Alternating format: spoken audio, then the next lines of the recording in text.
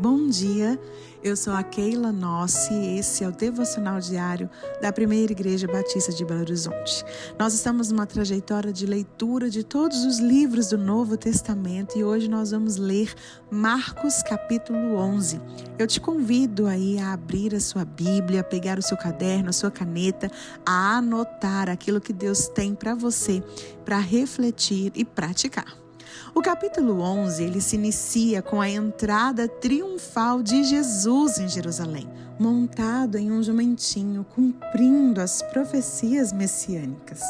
A multidão o aclamava, gritando Hosana. Jesus, então, depois de entrar em Jerusalém, visita o templo e, ao ver a corrupção que existia ali, expulsa os mercadores, afirmando que a casa de Deus deve ser um lugar de oração.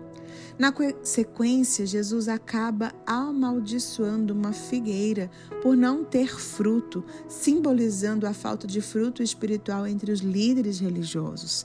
Ele nos ensina sobre a fé, sobre oração e afirma que tudo o que pedirmos com fé, nós receberemos. Quantas coisas nós temos para aprender nesse capítulo, não é mesmo? Então vamos lá? Olha as reflexões que nós podemos fazer. A primeira é entender a realeza de Cristo. A entrada triunfal mostra que Jesus Cristo é rei, que sua realeza é diferente das expectativas humanas, porque muitos estavam achando que o Messias viria com um exército cheio de pompa e chegaria ali para vencer Roma, mas Jesus, ele vem sentado num jumentinho, cheio de humildade, de simplicidade, mostrando que a luta dele não era para esse reino terreno, mas era para algo que nós nunca entenderíamos sem ele ter vindo à terra, que é o reino espiritual. Ele não buscava um poder político, mas sim um reino de amor e serviço. Por isso que nós precisamos reconhecê-lo como rei em nossas vidas. Jesus não veio para fazer aquilo que a gente imagina, pelo contrário, ele veio cumprir a vontade dele sobre nós. Ele é o nosso Criador, ele nos sonhou, ele planejou os nossos dias e o que ele veio fazer é nos dar a vida, porque estávamos mortos, condenados ali ao inferno, caminhando a passos largos e ele rompe, se tornando o caminho, se tornando a verdade, se tornando a vida. Por isso que o sacrifício, a missão de Jesus, a consciência que ele tinha ali de tudo que ele veio fazer e nos oferecer, traz uma indignação quando ele chega dentro do templo. Então ele começa a limpar o templo. A purificação do templo ali nos desafia a considerar o que há em nossos corações que precisa ser limpo. Porque hoje nós somos o templo do Espírito Santo.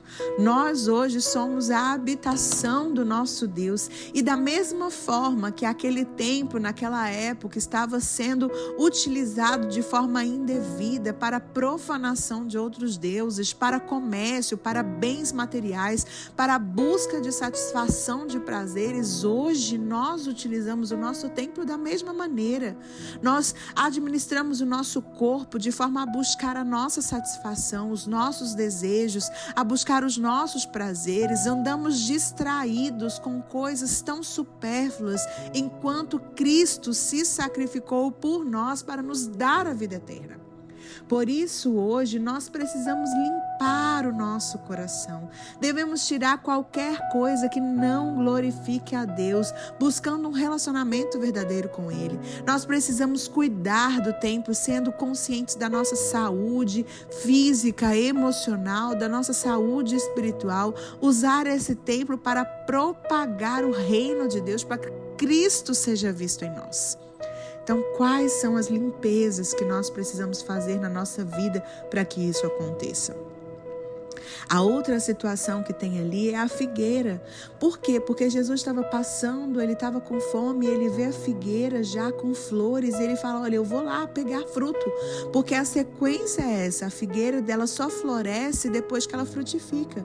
E quando Jesus chega lá e não vê frutos, ele traz ali uma maldição, porque ela traz ali algo fingido, uma hipocrisia, porque ela se mostrou sendo que ela não estava preparada para aquilo.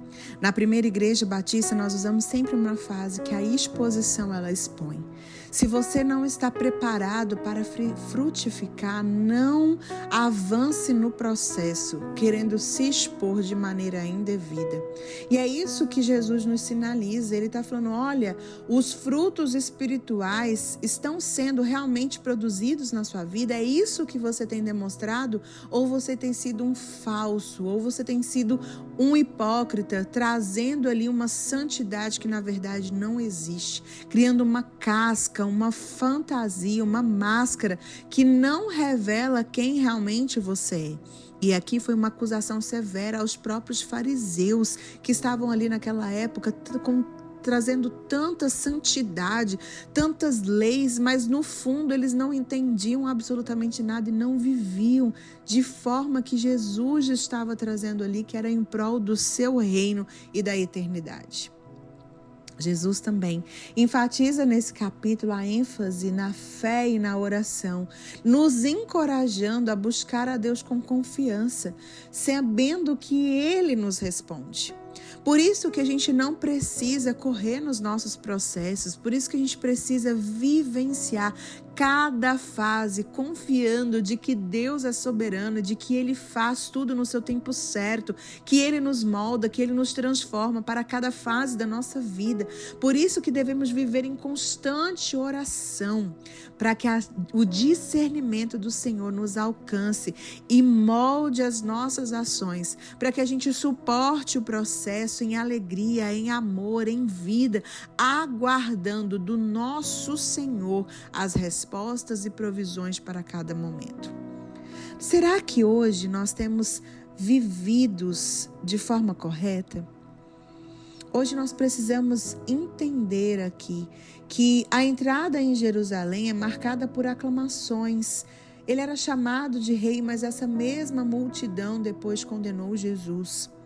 A purificação do templo ali indica um chamado a essa reflexão.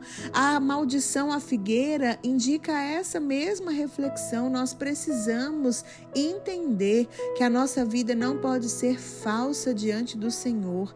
Ele recusa deixar a sua adoração misturada com outras coisas. Você só pertence ao único Deus. Por isso que nós precisamos limpar os nossos corações, os nossos templos de toda a idolatria, seja o materialismo, o egoísmo, a superficialidade. Nós precisamos pensar que relíquias do passado ainda permanecem em nossos corações, o que do velho homem ainda tem nos afastado de uma vida plena e como nós podemos transformar as nossas vidas em casas de oração que refletem a honra e a glória de Deus. Hoje, o que precisa ser purificado na sua vida? Você dedica tempo para adorar de forma genuína ou a sua vida é uma casa de comércio, aonde você vai à igreja para buscar somente as bênçãos do Senhor e não o Senhor da sua vida? Como você pode restaurar hoje a centralidade da adoração de Deus e a Deus na sua rotina? Reflita sobre isso, ore sobre isso. Eu tenho certeza que o Espírito Santo vai trazer luz para você, para que você veja aquilo que você precisa modificar.